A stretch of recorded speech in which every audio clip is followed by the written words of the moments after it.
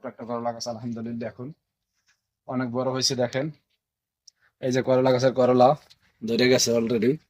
এই যে দেখেন করলাগুলো মাশাআল্লাহ তাআলা কত সুন্দর দেখতে। এই যে দেখেন এই যে করলা,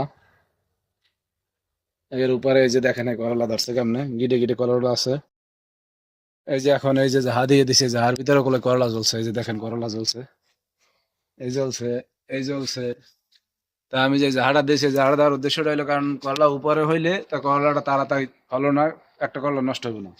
আর মাটিতেও করলা হয়, কিন্তু মাটিতে হলে করলা কি হয়, নষ্ট হয়ে যায়, কারণ এটা তো বালুর নষ্ট, কারণ বালুর ভিতরে নষ্ট হয়ে যায়, যে কারণে আমি উপরে জাহা দিয়ে দিছি। এরপর দেখেন এই সাইডে একটা করলা গাছ লাগাই দিয়েছি, কারণ জাহাটা আমার পুরোটাই ফিল আপ হয়েছে ওই গাছে। মাসাল্লাহ তাআলা দেখেন এই একটা গাছ লাগাইছি, এটা ফুল করা পাশে আছে, করলা অলরেডি এটা ধরছে।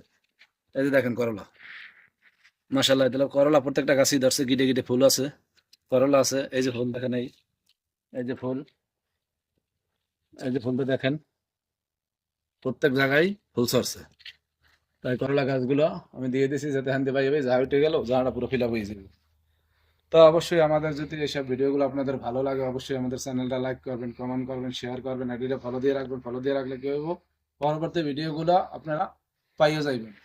আর নিত্য নতুন ভিডিও পাওয়ার জন্য আমাদের আইডিটা সবসময় ফলো দিয়ে আমাদের পাশেই থাকবেন। আপনাদের উৎসাহ পাইলে আমাদের ভিডিওগুলো করতে ভালো লাগে, তাহলে অবশ্যই আপনারা উৎসাহ দিবেন, আমাদের সাথে থাকবেন।